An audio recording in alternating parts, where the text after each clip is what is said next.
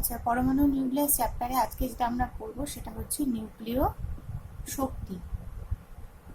ঠিক আছে, নিউক্লিয় শক্তি বলতে আমরা প্রথমে যেটা বোঝাতে চাইবো আর কি, সেটা হচ্ছে যে নিউক্লিয়াসগুলো যখন বিভিন্ন পরমাণু নিউক্লিয়াসগুলো কোনো কারণে যখন তৈরি হয়, প্রথম কথা হচ্ছে আমরা তিনটে জিনিস পড়বো। একটা হচ্ছে কোনো একটা নিউক্লিয়াস তৈরি হচ্ছে, তখন কি হচ্ছে, একটা হচ্ছে দুটো নিউক্লিয়াস জুড়ে যাচ্ছে, দুটো নিউক্লিয়াস জুড়ে যাচ্ছে, এটা একটা কন্ডিশন। আরেকটা হচ্ছে একটা নিউক্লিয়াস ভেঙে দুটো নিউক্লিয়াস তৈরি হচ্ছে। ঠিক আছে, একটা নিউক্লিয়াস ভেঙে যাচ্ছে। এই তিনটে কন্ডিশনে আমরা নিউক্লিয় শক্তির নিউক্লিয় শক্তির দেখতে পাবো কিভাবে নিউক্লিয় শক্তি তৈরি হয়। আচ্ছা, নিউক্লিয়াস তৈরির সময় কিরকম হচ্ছে? নিউক্লিয়াস তৈরির সময় একটা অদ্ভুত ব্যাপার দেখা যায় যে সাপোজ কোনো একটা নিউক্লিয়াসে, কোনো একটা পরমাণু নিউক্লিয়াসে হয়তো 5টা প্রোটন রয়েছে। ঠিক আছে, ছোট করে লিখি, 5টা প্রোটন রয়েছে আর 6টা নিউট্রন রয়েছে। ঠিক আছে, আচ্ছা এইবারে তাহলে এই যে 5টা প্রোটন এবং 6টা নিউট্রন নিয়েই তো শুধু তৈরি হচ্ছে নিউক্লিয়াসটা। তাহলে এই নিউক্লিয়াসের ভর কত হওয়া উচিত? নিউক্লিয়াসের ভর হওয়া উচিত কি 5টা প্রোটনের ভর প্লাস 6টা নিউট্রনের ভর। সেটা করলে আমরা নিউক্লিয়াসের ভরটা পাওয়া উচিত। কিন্তু দেখা যায় যে নিউক্লিয়াসের ভর এই 5টা প্রোটন আর 6টা নিউট্রনের ভরের থেকে কম হচ্ছে, লেস দেন এত হচ্ছে। ঠিক আছে, যে সাপোজ নিউক্লিয়াসের ভর হওয়া উচিত ছিল, এটা কখনোই হবে না, আমি ফরসে বলছি, সাপোজ এটা হওয়া উচিত ছিল 100 গ্রাম, কিন্তু এটা হলো কত? এটা অ্যাকচুয়াল ভরটা কত হলো? ভরটা হলো 99.8 গ্রাম। মানে যেটা অ্যাকচুয়ালি 5টা প্রোটন এবং 6টা নিউট্রনের যে মোট ভর, তার থেকে নিউক্লিয়াসের ভরটা কম হচ্ছে। ঠিক আছে, এটা আমি চট করে মুছে দিচ্ছি, কারণ এর গ্রামে তো এত বেশি ভর তো কখনোই হবে না, কনফিউশন যাতে না হয়।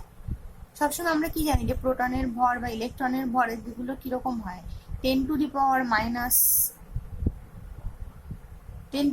মাইনাস 27 এইরকম অর্ডারের হয়। ঠিক আছে, সুতরাং এর থেকে অনেকটাই কম হবে নিউক্লিয়াসের ভর, এত গ্রাম কখনোই হবে না। কিন্তু আমি জাস্ট বোঝানোর জন্য বললাম যে 5টা প্রোটন এবং 6টা নিউট্রনের যে মোট ভর, তার তুলনায় নিউক্লিয়াসের ভর সবসময় কম হচ্ছে, যদিও ওই নিউক্লিয়াসে 5টা প্রোটন আর 6টা নিউট্রনই আছে। ঠিক আছে, এইবার এই জিনিসটাকে বলা হয় হচ্ছে প্রত্যাশিত ভর। যেহেতু এটা এক্সপেক্টেড ছিল, যেহেতু এর মধ্যে 5টা প্রোটন 6টা নিউট্রন রয়েছে, তাই এদের যে টোটাল ভর সেটাই নিউক্লিয়াসের ভর হিসেবে প্রত্যাশিত ছিল, মানে আমরা এক্সপেক্ট করেছিলাম। কিন্তু এটা আমরা পেলাম, সেটা কি? সেটা হচ্ছে প্রকৃত ভর, যেটা কিনা প্রত্যাশিত ভরের থেকে কম হলো। তাহলে এইবারে এই প্রত্যাশিত ভর থেকে আমি যদি প্রকৃত ভরকে মাইনাস দিই, প্রত্যাশিত ভর থেকে আমি যদি প্রকৃত ভরকে মাইনাস করি, তাহলে যেটা পাবো সেটাকে বলা হয় ভর বিচ্যুতি। ঠিক আছে, এই টার্মটা খুব ইম্পর্টেন্ট, প্রায়শই প্রশ্ন আসে যে ভর বিচ্যুতি কাকে বলা হয়। ভর বিচ্যুতি মানে হচ্ছে যে যখন কোনো নিউক্লিয়াস তৈরি হচ্ছে, সেই নিউক্লিয়াসের মধ্যে যত সংখ্যক প্রোটন এবং যত সংখ্যক নিউট্রন রয়েছে, তাদের মোট ভরের থেকে নিউক্লিয়াসের অ্যাকচুয়াল ভর বা প্রকৃত ভর যতটা কম হয়, সেটাকেই বলা হয় ওই নিউক্লিয়াসের ভর বিচ্যুতি। ঠিক আছে, আচ্ছা এই যে ভরটা বিচ্যুত হচ্ছে, এই ভরটাকে আমি যদি এম ধরি, কারণ এম ফর মাস, তাহলে ভর বিচ্যুতি হচ্ছে। এই ভরটা কিন্তু কি হচ্ছে, যখন নিউক্লিয়াসটা তৈরি হচ্ছে, এটা কিন্তু মাসের আকারে বা ম্যাটার বা পদার্থের আকারে কিন্তু ছড়িয়ে পড়ছে না, এইটা ছড়িয়ে পড়ছে এনার্জি বা শক্তির আকারে। এইখানেই আসছে বিজ্ঞানী আইনস্টাইনের বিখ্যাত একটা সূত্র, সেটা হচ্ছে E = mc²। যে এই যে ভরটা বিচ্যুত হচ্ছে, মানে একটা নিউক্লিয়াস এতগুলো প্রোটন এতগুলো নিউট্রনের সাথে নিউক্লিয়াস তৈরি হলো, ঠিক আছে। এবার কিছু পরিমাণ ভর তো বিচ্যুত হয়ে গেল, তো এই ভরটা কি এভাবে ছড়িয়ে পড়ছে? ভরটা ছড়িয়ে পড়ছে কিন্তু কোনো একটা পদার্থের আকারে নয়, বরং এনার্জির আকারে। সে এনার্জির পরিমাণটা কিরকম? সে এনার্জিটা কতটা এনার্জি তৈরি হবে? এম ভরের জন্য এনার্জি তৈরি হবে এম ইন্টু সি স্কোয়ার, এত পরিমাণ এনার্জি তৈরি হবে, ঠিক আছে। তাহলে আমি দেখি যে যদি আমার কাছে সাপোজ 1 গ্রাম ভর বিচ্যুতি হয়, ভর বিচ্যুতি আরো কম হয়, অনেক কম হয়, আমি ধরে নিচ্ছি 1 গ্রাম ভর বিচ্যুতি হচ্ছে, ঠিক আছে। তাহলে দেখি তো তার জন্য কত এনার্জি তৈরি হবে। আমি যদি এখানে সি এর মানটা নিই, সি হচ্ছে আলোর গতিবেগ, শূন্য মাধ্যমে আলোর গতিবেগ। যেহেতু আমি গ্রামে নিয়েছি, আমি সিটাকেও সেন্টিমিটার পার সেকেন্ডে নিচ্ছি, এটা হচ্ছে 3 × 10⁻10 সেন্টিমিটার পার সেকেন্ড। আচ্ছা, এখানে যেহেতু দুটোই আমি সিজিএস সিস্টেমে নিয়েছি, তাহলে এনার্জিটা কিসে বেরোবে? এনার্জিটা বেরোবে আর্গে, এত আর্গ, ঠিক আছে। তাহলে কত বেরোচ্ছে? 3 × 10⁻10 আর্গ। কি সাংঘাতিক পরিমাণ এনার্জি পাওয়া যাচ্ছে মাত্র 1 গ্রাম ভরকে কাজে লাগিয়ে। তার মানে 1 গ্রাম ভর এত পরিমাণ এনার্জির আকারে কিন্তু ছড়িয়ে পড়ছে। তার মানে কোনো একটা ক্ষেত্রে যদি কোনো একটা নিউক্লিয়াস তৈরি হয়, তাহলে সেক্ষেত্রে তার থেকে এত পরিমাণ এনার্জি কিন্তু বেরোচ্ছে, যদি 1 গ্রাম ভর বিচ্যুত হয়। আরো কম ভর বিচ্যুতি, মানে বিচ্যুতি ভরের পরিমাণটা আরো অনেক কম হয়, সেক্ষেত্রে এনার্জির পরিমাণ এর থেকে অনেক কম হবে, কিন্তু সে তা হলেও বিচ্যুত ভর এবং এনার্জির মধ্যে ডিফারেন্সটা কিন্তু হিউজ, ঠিক আছে। আচ্ছা, এইবারে দেখা যাক যে সেকেন্ড যে টার্মটা বলেছিলাম, সেকেন্ড টার্মটা কি বলছিলাম? দুটো নিউক্লিয়াস যখন জুড়ে যাচ্ছে। আচ্ছা, তোমাদের বইটা অবশ্য থার্ডেরটা প্রথম, মানে আগে দেওয়া আছে, তাহলে আমি থার্ডেরটা আগে বলছি। যে একটা নিউক্লিয়াস তৈরি হয়েছে সেটা তো বললাম, এই নিউক্লিয়াস তৈরি হওয়ার সময় কিভাবে এনার্জি হলো। থার্ডের টার্মটা আমি আগে বলছি, কারণ এটা তোমাদের বইতে প্রথমে রয়েছে। একটা নিউক্লিয়াস ভেঙে গিয়ে দুটো নিউক্লিয়াস তৈরি হচ্ছে, সেক্ষেত্রে এই ঘটনাটাকে বলা হয় নিউক্লিয় বিভাজন। নিউক্লিয় বিভাজন, ঠিক আছে। এক্ষেত্রে কি করা হয়, যে একটা কোনো বড় কোনো ভারী কোনো একটা তেজস্ক্রিয় মৌল, যেমন ইউরেনিয়াম 238 বা ইউরেনিয়াম 235, ইউরেনিয়ামের দুটো আইসোটোপ আছে, একটা 235 একটা 238, 235টাই নিচ্ছি কারণ বইতে এটাই মেনশন করা আছে। আচ্ছা, তাহলে এবারে তাকে কি করা হচ্ছে, একটা ধীর গতিতে যাওয়া একটা নিউট্রন দিয়ে আঘাত করা হচ্ছে, ধীর গতিতে যাওয়া একটা নিউট্রন দিয়ে আঘাত করা হচ্ছে, হলো। এরপরে কি হচ্ছে, ধীর গতিতে যাওয়া নিউট্রনটাকে আঘাত করলে নিউট্রনটা কিছু সময়ের জন্য এর সাথে জুড়ে যাচ্ছে, জুড়ে গিয়ে একে একটা এক্সাইটেড স্টেটে পরিণত করছে, এবং এক্সাইটেড স্টেটের ভর সংখ্যা কত হচ্ছে? একটা বেশি, 236। কেন হচ্ছে? কারণ এই নিউট্রনটা এর সাথে জুড়ে গেছে, ঠিক আছে। 235 ছিল, 236 হয়ে গেল। এবার এটা হচ্ছে এক্সাইটেড স্টেট, এটা কিন্তু বেশিক্ষণের জন্য স্থায়ী হয় না, কিছুক্ষণের মধ্যেই এ ভেঙে যায়। ভেঙে গিয়ে কি কি তৈরি করে? ভেঙে গিয়ে তৈরি করে বেরিয়াম, ক্রিপ্টন,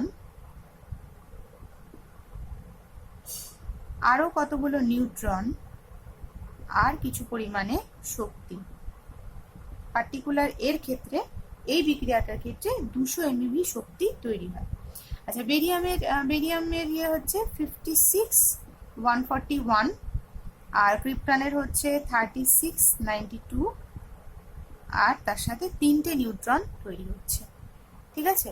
তাহলে এইভাবে কি হচ্ছে দেখা যাচ্ছে যে দুটো নিউক্লিয়াস, একটা নিউক্লিয়াস ভেঙে গিয়ে দুটো নিউক্লিয়াস যখন তৈরি হচ্ছে, তখন তার সাথে 3টে নিউট্রন বেরোচ্ছে, আর প্রচুর পরিমাণে শক্তি, 200 MeV শক্তি কিন্তু এখানে নির্গত হচ্ছে, ঠিক আছে।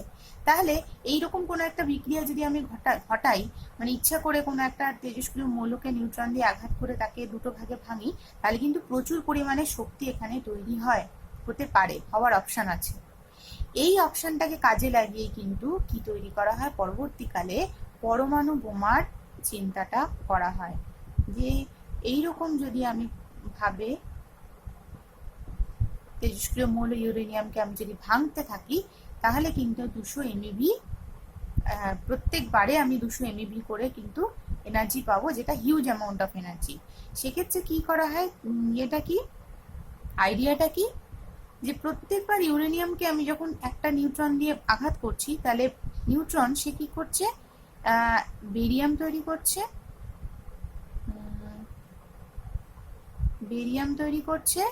ক্রিপ্টন তৈরি করছে, আর তিনটে কিন্তু নিউট্রন তৈরি করছে, তাই তো? তিনটে নিউট্রন তৈরি করছে, আর আমি তো 0 1 অত লিখছি না, তিনটে নিউট্রন তৈরি করছে। এবার যদি এই নিউট্রন দিয়ে আবার আরেকটা ইউরেনিয়ামকে আঘাত করা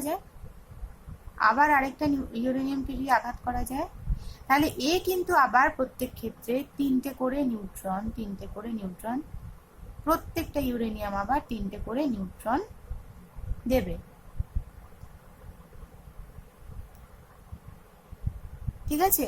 এবং ব্যাপার হচ্ছে যে প্রত্যেকবার যখন এই নিউট্রন দিয়ে আঘাত করে এই তিনটে নিউট্রন তৈরি হচ্ছে, প্রত্যেকবার কিন্তু 200 এমইভি তৈরি হলো। তাহলে প্রথম ভাগটাতে 200 এমইভি তৈরি হয়েছিল, পরের ভাগটাতে কত তৈরি হলো, 200 প্লাস 200 প্লাস 200, মানে 600 এমইভি।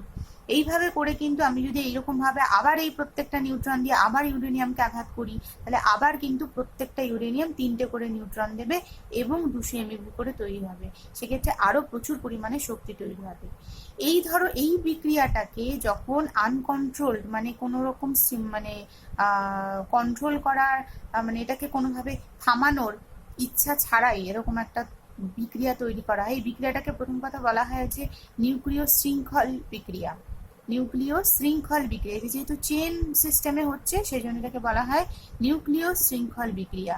এই নিউক্লিয় শৃঙ্খল বিক্রিয়াকে যখন আনকন্ট্রোলড ওয়েতে করা হয়, তখনই কিন্তু সেটা পরমাণু বোমার যে মেইন যে নিউক্লিয় রিয়াকশন সেটা তৈরি করে, এবং তার ফলেই প্রচুর পরিমাণে এনার্জি তৈরি হয়ে কিন্তু চারপাশ ধ্বংস করে দিতে পারে, যেটা অলরেডি হিরোশিমা এবং নাগাসাকিতে একবার হয়েছিল।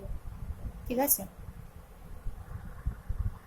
তেজস্ক্রিয়তার ব্যবহার হচ্ছে রেডিয়েশন থেরাপিতে তেজস্ক্রিয়তা ব্যবহার করা হয়, যেখানে আর কি রেডিয়েশন থেরাপিতে তেজস্ক্রিয়তাকে ব্যবহার করে আমরা ক্যান্সার, টিউমার ইত্যাদি চিকিৎসা করতে পারি।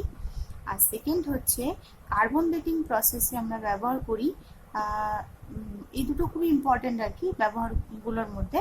কার্বন ডেটিং প্রসেসে আমরা কি করি, কোনো একটা বস্তুর বয়স বা প্রাচীনত্ব নির্ণয় করতে আমরা কার্বন ডেটিং প্রসেস ব্যবহার করি, যেখানে আমরা কি করি, যে অবশিষ্ট যে অংশ,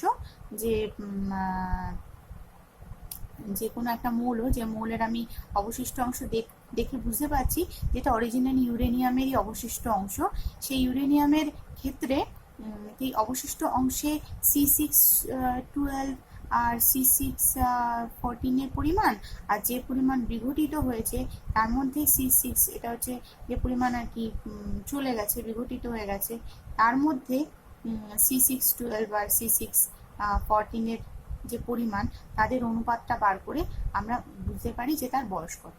মানে যত বেশি বয়স হবে তত বেশি পরিমাণ অংশ বিঘটিত হবে, তাহলে তার মধ্যে এই C612 বা কি বলে 14 এর পরিমাণটা তত বেশি হবে। ঠিক আছে? তাহলে যত এদের মধ্যে অনুপাতটা চেঞ্জ হতে থাকবে, মানে এর মধ্যে যদি দেখা যায় যে এর মধ্যে খুব কম পরিমাণ কার্বন বিঘটিত অংশের মধ্যে কার্বন পরমাণুর পরিমাণ খুব কম এর তুলনায়, তাহলে আমি বলবো কি, যে এই যে বস্তুটার কথা আমি বলছি তার বয়স খুব বেশি নয়। যদি দেখি যে বিঘটিত অংশে এর অনুপাতটা, মানে এর পরিমাণটা যথেষ্ট বেশি, যার ফলে রেশিওটাও মানে কাছাকাছি আর কি 3:4 এর, মানে 4:3 এইরকম টাইপের, তখন আমি দেখতে পাবো, তখন আমি বুঝতে পারবো যে যে বস্তুটা নিয়ে আমি আলোচনা করছি তার বয়সটা যথেষ্ট বেশি। ঠিক আছে?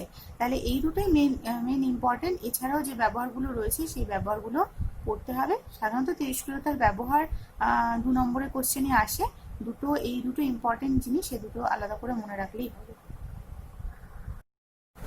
আচ্ছা, নিউক্লিয় শক্তি মুক্তির আরেকটা যেটা আছে, সেটা হচ্ছে যেটা প্রসিডিওর আছে, সেটা হচ্ছে নিউক্লিয় সংযোজন। নিউক্লিয় সংযোজনের ক্ষেত্রে কি হয়, যেমন দুটো নিউক্লিয়াস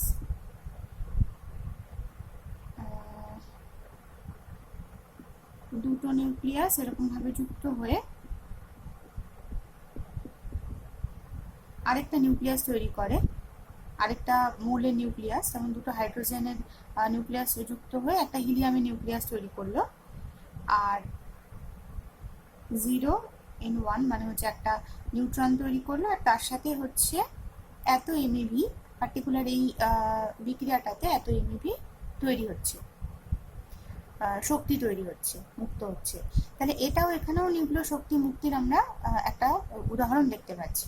তাহলে প্রথমত আমরা একটা দেখলাম যে যখন একটা নিউক্লিয়াস তৈরি হচ্ছে তখন কিছু শক্তি মুক্ত হচ্ছে, নিউক্লিয় শক্তি মুক্ত হচ্ছে। একটা সেকেন্ডে আমরা দেখলাম যখন নিউক্লিয় বিভাজন হচ্ছে, মানে একটা নিউক্লিয়াস ভেঙে দুটো নিউক্লিয়াস তৈরি হচ্ছে, তখন শক্তি মুক্তি হচ্ছে। আরেকটা হচ্ছে নিউক্লিয় সংযোজনের ক্ষেত্রে। এইবারে নিউক্লিয় সংযোজনটা কিন্তু এই যে এই বিক্রিয়াটা ঘটানোটা খুব মুশকিল, কারণ এই বিক্রিয়া ঘটাতে গেলে প্রচুর পরিমাণ তাপশক্তির দরকার হয়, প্রায় 10⁷ কেলভিন তাপশক্তির প্রয়োজন হয়। এই ধরনের তাপশক্তি কোথায় অ্যাভেলেবেল? এই ধরনের তাপশক্তি হচ্ছে যে কোনো সূর্য বা এই জাতীয় কোনো নক্ষত্রের ভেতরে এই জাতীয় তাপশক্তি দেখা যায়, মানে তাপশক্তি পাওয়া যায়। আদারওয়াইজ ইন জেনারেল আমরা যদি কোনো একটা জায়গায় এই ধরনের নিউক্লিয় সংযোজন ঘটানোর চেষ্টা করি, তাহলে কিন্তু আমরা সেটা পারবো না, কারণ এই পরিমাণ তাপশক্তি আমরা কখনোই তৈরি করতে পারবো না, যেটা কিনা শুধু এই বিক্রিয়াটা ঘটাবে, এবং অবভিয়াসলি এই ধরনের তাপশক্তি তৈরি হলে তো পুরো পৃথিবী ধ্বংস হয়ে যাবে। ঠিক আছে, তাহলে এখনো অব্দি নিউক্লিয় সংযোজন পরীক্ষামূলকভাবে তৈরি করার কোনো প্রসেস আসেনি, এখন অবধি কোনো পরীক্ষামূলকভাবে কোথাও তৈরি হয়নি। এই জিনিসটা আমরা থিওরিটিক্যালি দেখাতে পারি যে কিভাবে এই ধরনের বিক্রিয়া ঘটতে পারে, এবং থিওরিটিক্যালি দেখানোর ক্ষেত্রে আমরা এটা বুঝতে পারি যে মোটামুটি 3.27 এমইভি পরিমাণ শক্তি এখান থেকে মুক্ত হতে পারে। আচ্ছা, তাহলে এই বিক্রিয়াটা সূর্য বা নক্ষত্রের ক্ষেত্রে কেন ধরা হয়? তার কারণ সূর্য বা নক্ষত্রের ভেতরে যে পরিমাণ শক্তি উৎপন্ন হয়, যার ফলে ওরা কন্টিনিউয়াস প্রচুর পরিমাণ তাপ আর কি মুক্ত করে, তাপ শক্তি মুক্ত করে, তার জন্য ওদের ভেতরে একটা এনার্জি সোর্স দরকার। সেই এনার্জি সোর্সটা একমাত্র এই ধরনের বিক্রিয়ার মাধ্যমেই পসিবল রয়েছে, যে বিক্রিয়াটা কি হবে, যে কন্টিনিউয়াস ও কি হয়, যে দুটো এরকম হাইড্রোজেন তৈরি হয়, একটা হিলিয়াম তৈরি হলো, তারপরে আরো দুটো হাইড্রোজেন তৈরি যুক্ত হয়ে আরেকটা হিলিয়াম তৈরি হলো, এরকম ভাবে হিলিয়াম এবং হাইড্রোজেন যুক্ত হয়ে হিলিয়াম তৈরি হওয়ার ঘটনা মানে সূর্যের সেন্টারে, সূর্য বা যে কোনো নক্ষত্রের সেন্টারে এখন অব্দি হয়ে চলেছে। পার্টিকুলারলি সূর্যের কথা বলবো, কারণ অন্য নক্ষত্রের ডিটেলসে অতটা আমরা জানি না যতটা কিনা সূর্য সম্পর্কে জানি। সূর্য এখনো যে স্টেটে রয়েছে, প্রত্যেকটা নক্ষত্রের বিভিন্ন স্টেট থাকে, তার মধ্যে সূর্য এখন যে স্টেটে রয়েছে তাতে ওর মধ্যে এখনো এই হাইড্রোজেন বার্নিং হয়ে চলেছে। ঠিক আছে, হাইড্রোজেনের মধ্যে নিউক্লিয় সংযোজন হয়ে হিলিয়াম তৈরি হয়ে চলেছে। এর পরবর্তী স্টেটে কি হবে, যখন সব হিলিয়াম তৈরি হবে, মানে সব জায়গায় শুধু হিলিয়ামই পড়ে থাকবে, তখন আবার হিলিয়ামের মধ্যে কিন্তু নিউক্লিয় সংযোজন হবে। এটা একটা খুব অদ্ভুত ব্যাপার যে হিলিয়াম মানে এমনিতে একটা নিষ্ক্রিয় মৌল, কিন্তু নিউক্লিয় সংযোজন কিন্তু তার এই ধরনের টেম্পারেচার উপস্থিত থাকলে নিউক্লিয় সংযোজনের ক্ষেত্রে কিন্তু হিলিয়াম একেবারেই অ্যাক্টিভ। ঠিক আছে, আচ্ছা যাই হোক, সেগুলো আদার্স ব্যাপার। মূল বিষয় হচ্ছে যে এখানে প্রচুর পরিমাণ তাপশক্তি ইনিশিয়ালি দরকার হয়, যেটা নিউক্লিয় বিভাজনে দরকার হয় না। ঠিক আছে, নিউক্লিয়ার বিভাজনে একটা নিউট্রন দিয়ে, ধীরগতি নিউট্রন দিয়ে আঘাত করলেই ঘটনাটা ঘটে যায়। এইবারে এই নিউক্লিয় সংযোজন আমরা পরীক্ষামূলকভাবে ঘটাতে পারি না, যেটা মানে এক্সপেরিমেন্টাল ল্যাবে আর কি, ল্যাবরেটরিতে আমরা করতে পারি না, যেটা আমরা নিউক্লিয় বিভাজনে করতে পারি। যার জন্য এই নিউক্লিয় সংযোজনে যে পরিমাণ তাপশক্তি তৈরি হয়, হিসাব করে দেখলে নিউক্লিয় সংযোজনে কিন্তু প্রচুর তাপশক্তি তৈরি হয়। এবার কেউ ভাবতে পারে যে নিউক্লিয় বিভাজনের ক্ষেত্রে আগের যে বিক্রিয়াটা দেখিয়েছিলাম তাতে 200 এমইভি তৈরি হয়েছিল, আর এখানে 3.27 এমইভি, তাহলে তো এটাই বেশি, নিউক্লিয় বিভাজনেই তাপশক্তি বেশি তৈরি হয়, এই নিউক্লিয় শক্তি বেশি মুক্ত হয়। ঠিক আছে, কিন্তু ব্যাপারটা সেটা নয়, ব্যাপারটা হচ্ছে যে এইখানে কটা নিউক্লিয়াসের ইয়েতে সংযোজনে এই পরিমাণ শক্তি তৈরি হলো, দুটো নিউক্লিয়াসে। ঠিক আছে, এবং সেই দুটো নিউক্লিয়াস অত্যন্ত হালকা নিউক্লিয়াস, তার মধ্যে একটা করে প্রোটন রয়েছে। আর যেখানে এই মানে 200 এমইভি তাপশক্তি এই নিউক্লিয় শক্তি মুক্ত হয়েছিল, সেখানে আমরা ইউরেনিয়াম তৈরি করেছিলাম, যার মধ্যে 92খানা কিন্তু প্রোটন ছিল। তাহলে হিসাব করে দেখলে এখানে দুটো প্রোটন এর মধ্যে বিক্রিয়া ঘটিয়ে 3.27 তৈরি হচ্ছে, আর এখানে 92টা ইয়ে ঘটিয়ে 200 তৈরি হচ্ছে।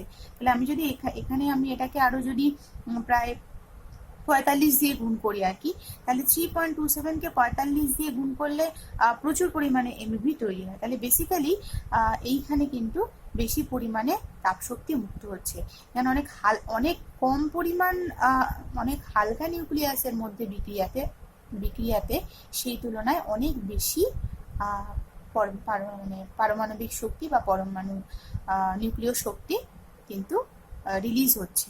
ঠিক আছে, আচ্ছা এইবারে এখানে তাহলে অনেকগুলো ডিফারেন্স বোঝা গেল নিউক্লিয় সংযোজন এবং নিউক্লিয় বিভাজনের মধ্যে।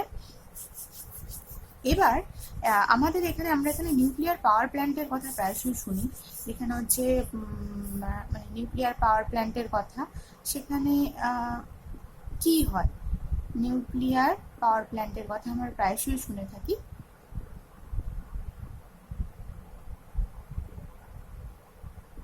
প্ল্যান্টের কথা আমরা প্রায়শই শুনে থাকি, সেখানে কি হয়।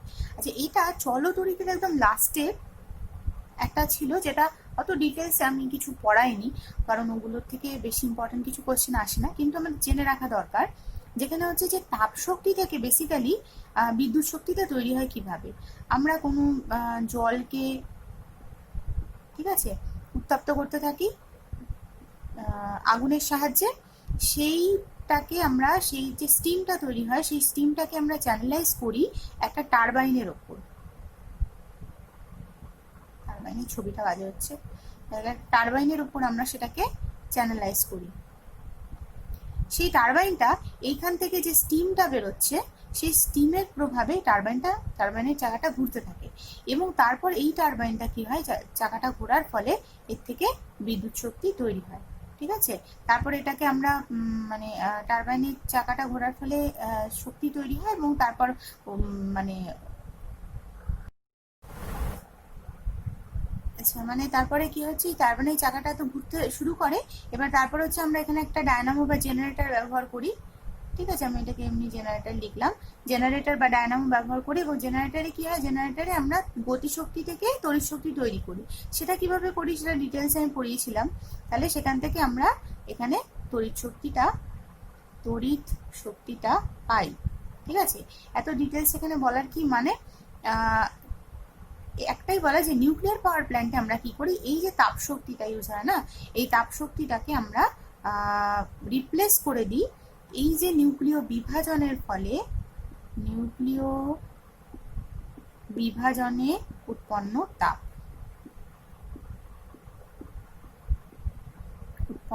তাপ শক্তি, সেটা দিয়ে আমরা রিপ্লেস করে দিই। এই নিউক্লিয় বিভাজনে উৎপন্ন তাপ শক্তিটাকে আমরা এখানে ইউজ করি, যেটা আমরা দেখলামই যে একটা বিক্রিয়ায়, যেটা আমরা করলাম, তাতে 200 এমইভি তাপ শক্তি তৈরি হয়। তাহলে হিউজ পরিমাণ তাপ শক্তি তৈরি হয়।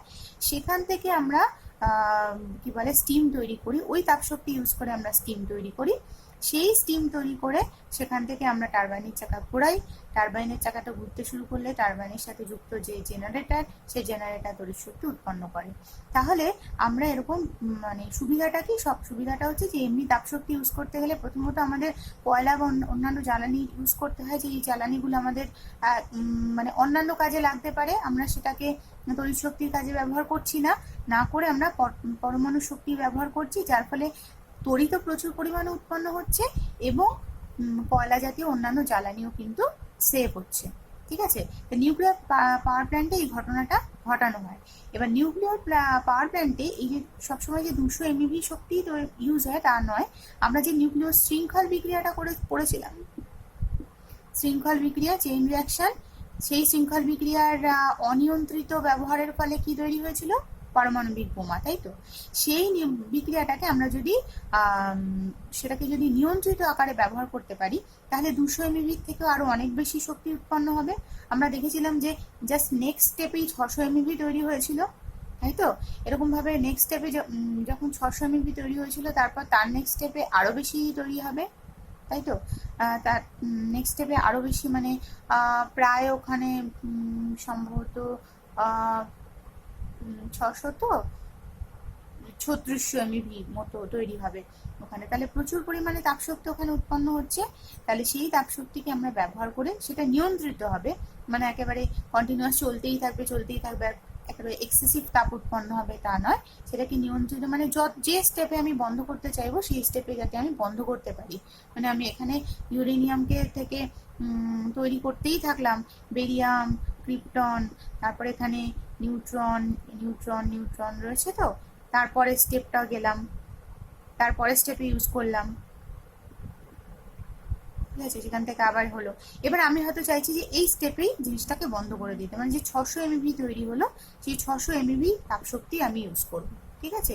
এরকম ভাবে নিয়ন্ত্রিত ভাবে আমরা যখন ব্যবহার করি নিউক্লিয় বিভাজনের শৃঙ্খল বিক্রিয়াটাকে, তখন ব্যবহার করি এবং তার থেকে তড়িৎ শক্তি উৎপন্ন করি, তখন আমরা নিউক্লিয়ার পাওয়ার প্ল্যান্টের মানে যেখানে আমরা তৈরি করি আর কি, সেটাই হচ্ছে নিউক্লিয়ার পাওয়ার প্ল্যান্ট, ঠিক আছে। তো এই নিউক্লিয়ার পাওয়ার প্ল্যান্টের আবার ইউজ করার অনেক রকম সাইড এফেক্ট রয়েছে, মানে অ্যাডভার্স এফেক্ট রয়েছে, খারাপ এফেক্ট রয়েছে। কিরকম, যে কখনো যদি কোনো ভূমিকম্প হয় বা কোনো সাংঘাতিক সুনামি জাতীয় কোনো ঘটনা ঘটে বা ভূমিকম্প হয়, বা কোনো কারণে যদি এই যে তেজস্ক্রিয় মৌলটাকে খুব মানে সেভ করতে হয়, যে কোনো তেজস্ক্রিয় মৌলকে যখন ব্যবহার করা হয় বা কিছু করা হয়, তখন তাকে ধাতব মানে লেডের পাত্রে, সীসার পাত্রের মধ্যে রাখা হয়। সীসার পাত্র, সীসা আমরা জানি, সীসা কি পিবি, ঠিক আছে। তার কারণ হচ্ছে এদের মধ্য থেকে যে তেজস্ক্রিয় রশ্মিগুলো বেরোয় ইউরেনিয়াম থেকে, সেই তেজস্ক্রিয় রশ্মিগুলো সীসার মোটা পাত্র ভেদ করে বেরোতে পারে না, ঠিক আছে। তা আমরা এটাকে এইভাবে কি বলে সংরক্ষিত করে রাখি যাতে তেজস্ক্রিয় রশ্মি না বেরোয়। এবার কোনো কারণে যদি কোনো ভয়ানক কোনো দুর্ঘটনা ঘটার ফলে এই জিনিস, এই স্ট্রাকচারটা যদি নষ্ট হয়ে যায়, তাহলে তেজস্ক্রিয় রশ্মি বাইরে বেরোতে শুরু করবে এবং সেটা আশপাশের লোকজনকে প্রচুর পরিমাণ এফেক্ট করবে, যেটা অলরেডি একবার চেরনোবিলে ঘটেছে, আবার ফুকুশিমাতে ঘটেছে, ঠিক আছে। এইগুলো কিছু ডিটেলস রয়েছে যেগুলো বইতে তোমরা পাবে।